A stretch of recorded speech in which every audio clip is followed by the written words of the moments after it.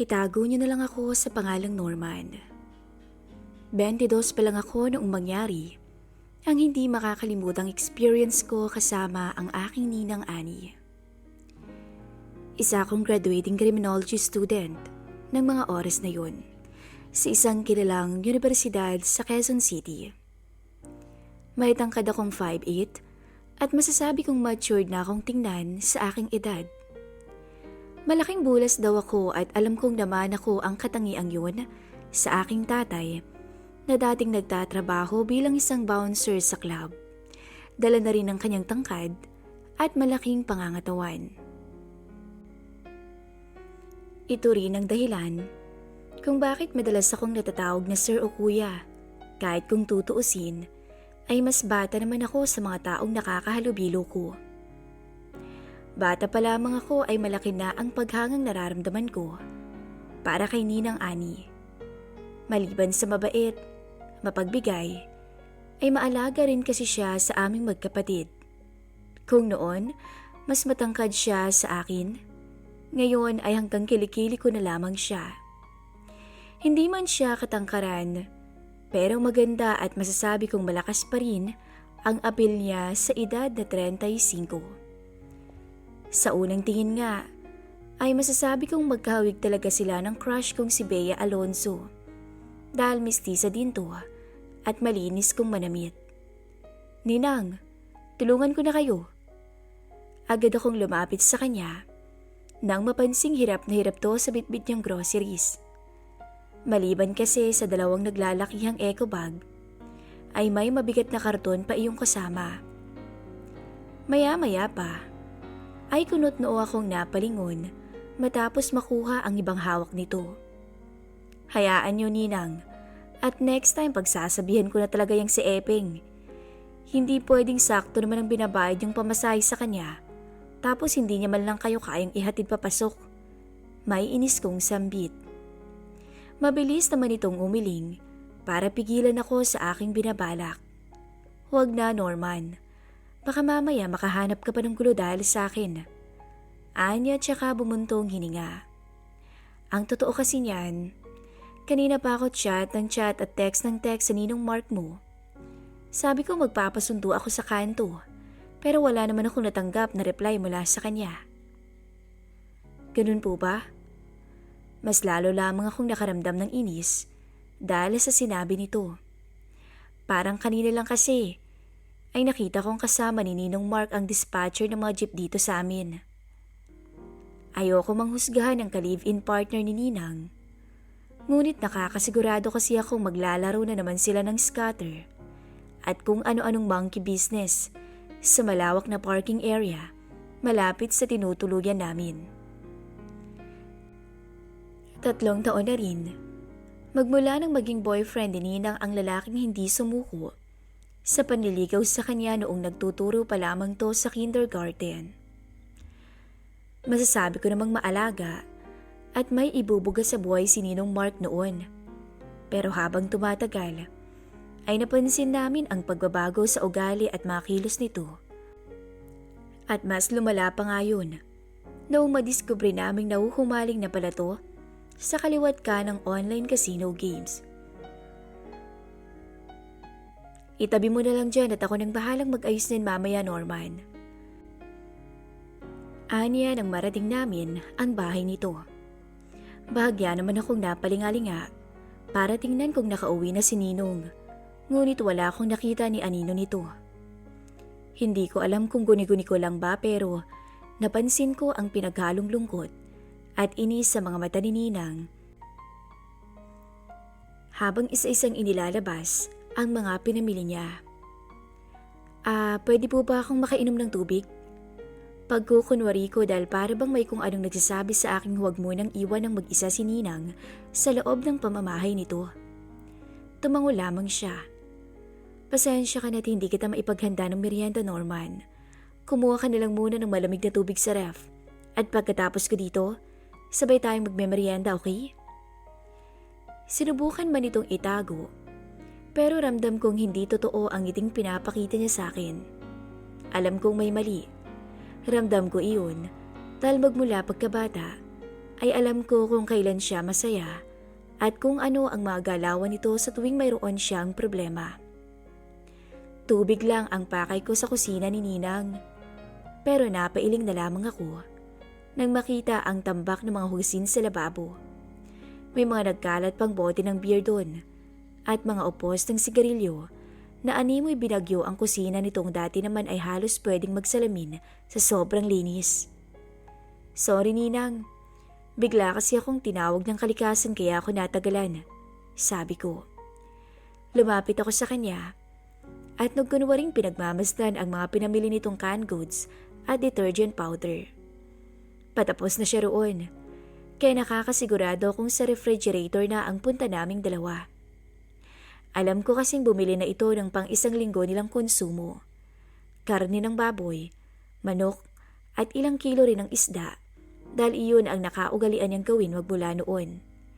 Kaya nga madalas siyang binibiro ng mama ko na isa raw itong role model wife kahit saang anggulo tingnan dahil sa pagiging masinop nito sa lahat ng bagay. Norman? Mahina ang boses nitong tinawag ang pangalan ko habang nakatingin sa kusina. Naglinis ka ba dito? Tanong niya. Hindi ako sumagot at mas piniling buhatin na lamang ang karton papalapit sa refrigerator nila. Hindi mo dapat ginawa yun. Responsibilidad kong linisin. Hindi ko na pinatapos ang sasabihin niya. Gusto ko kayong tulungan kahit konti, Ninang. Hindi naman mabigat ang simpleng paghuhugas ng pinggan at paglilinis ng mga basura. Hindi ba? Sabi ko habang nakatingin sa kanya ng diretsyo. Hanggat maaari, pinipigilan ko ang sariling huwag magbanggit ng kahit ano tungkol sa kinakasama nito dahil alam kong mas lalo lamang yung mapapabigat ng loob niya. Kapag kailangan niyo ng tulong, huwag kayong magdalawang isip na magsabi sa akin, Ninang. Norman. Pangalan ko lamang ang lumabas mula sa bibig nito, ngunit ramdam na ramdam ko ang mabigat na pasanin ni Ninang. Naluluha na ngayon ang mga mata nitong dati ay puro saya lamang naman ang nakikita ko. Pwede naman ho kayong magkwento sa akin eh. Handa naman ako makinig sa inyo. Sabi ko habang nagbabakas sakali na mas maging open ito sa akin kahit ngayon lang. Kung bakit ba naman kasi masyado kaming naging kampante kaya minsan na lang kung dalawin namin to sa kanyang tahanan.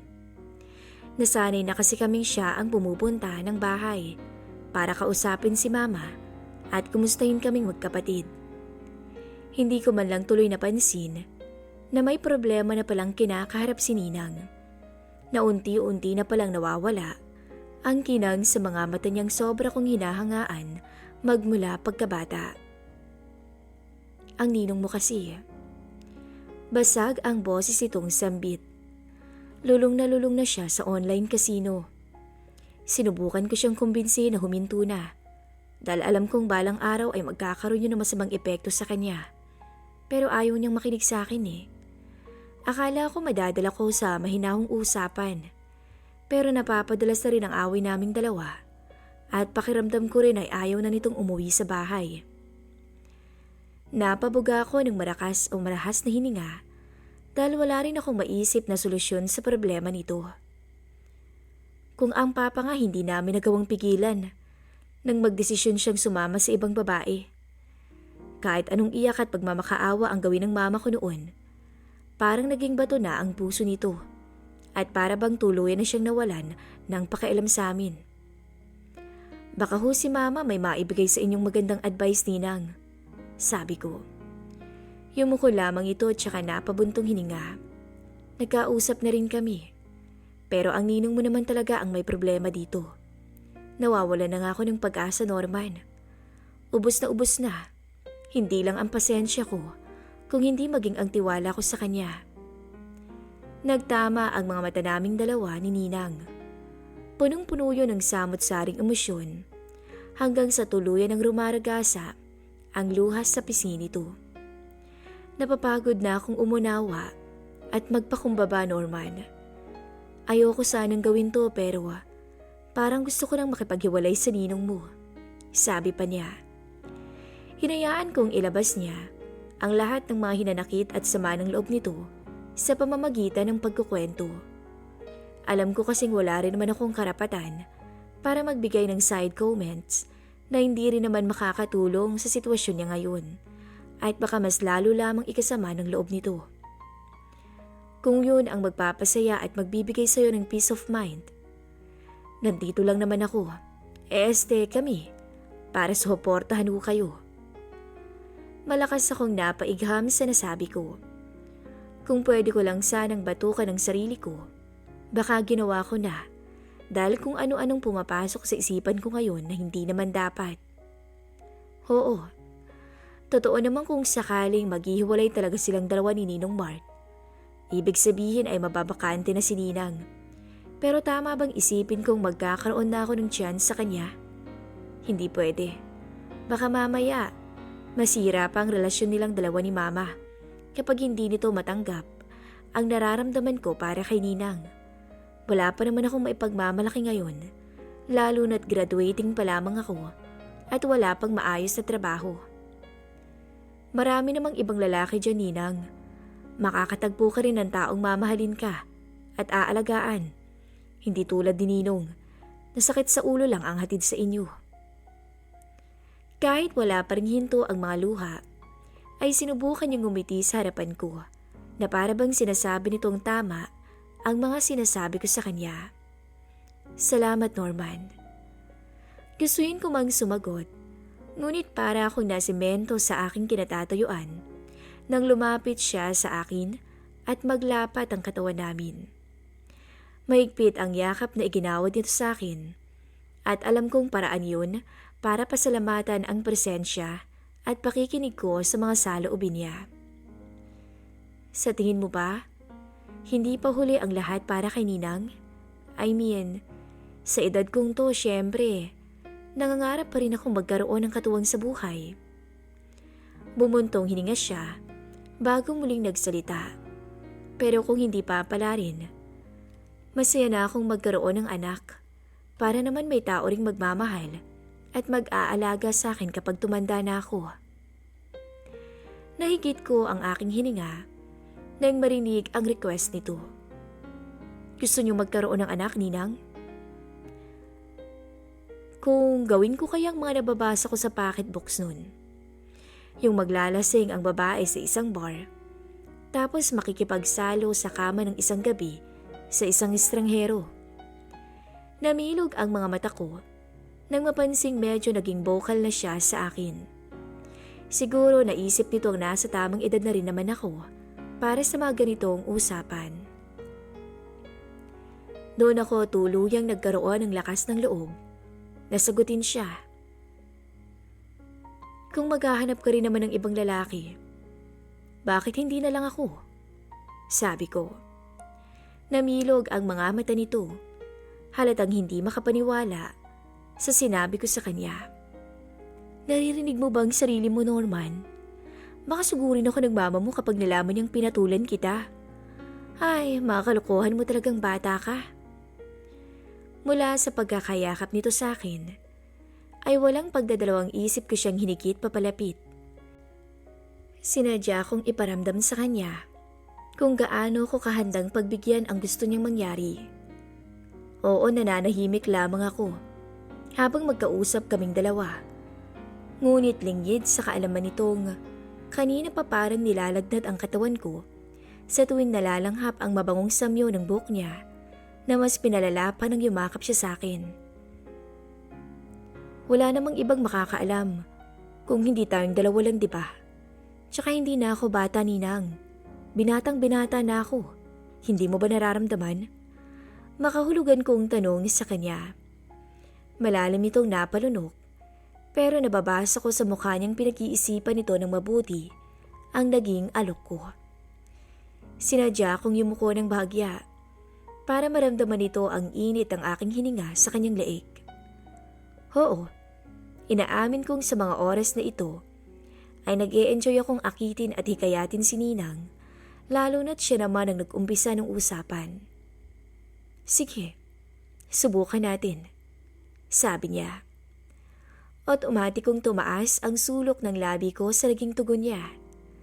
Daig ko pa ang nanalo sa loto dahil pakiramdam ko ay umabot hanggang tenga ang ngiti ko. Hindi ko inaasahan na sa isang iglap ay matutupad ang pangarap ko. Sino ba naman kasing mag-aakalang maranasan ko o mararanasan ko ang langit sa piling ng babaeng hinahangaan ko lamang magmula pagkabata. At sa puntong yun, hindi na namin namalayan na nagkalat na pala sa sahig ang mga kasuotan namin. Saglit akong tumigil at tumitig sa kabuuan ng babaeng matagal ko nang hinahangaan. Alam kong nahihiya siya sa ginagawa kong pagtitig, ngunit sinulit ko na ang mga oras.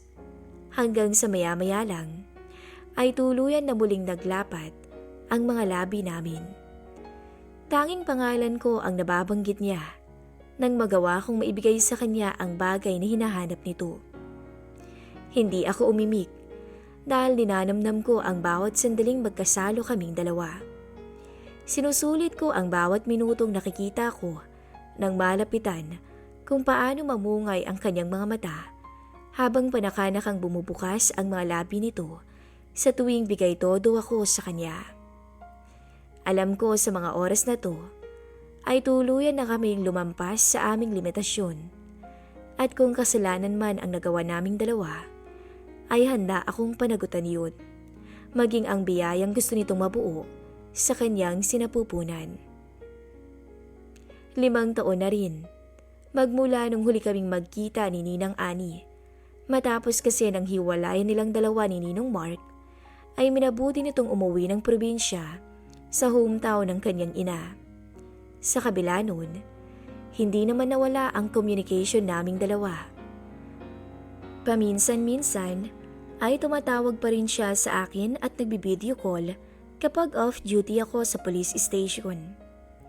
Say thank you to your Tito Daddy Norman, okay? Hindi ko napigilan ang huwag mapangiti nang marinig ang malambing na boss nito habang pinagsasabihan ng anak na si Natalie. Dinig ko naman kung paano sumagot ang cute nitong boses sa kanyang mommy.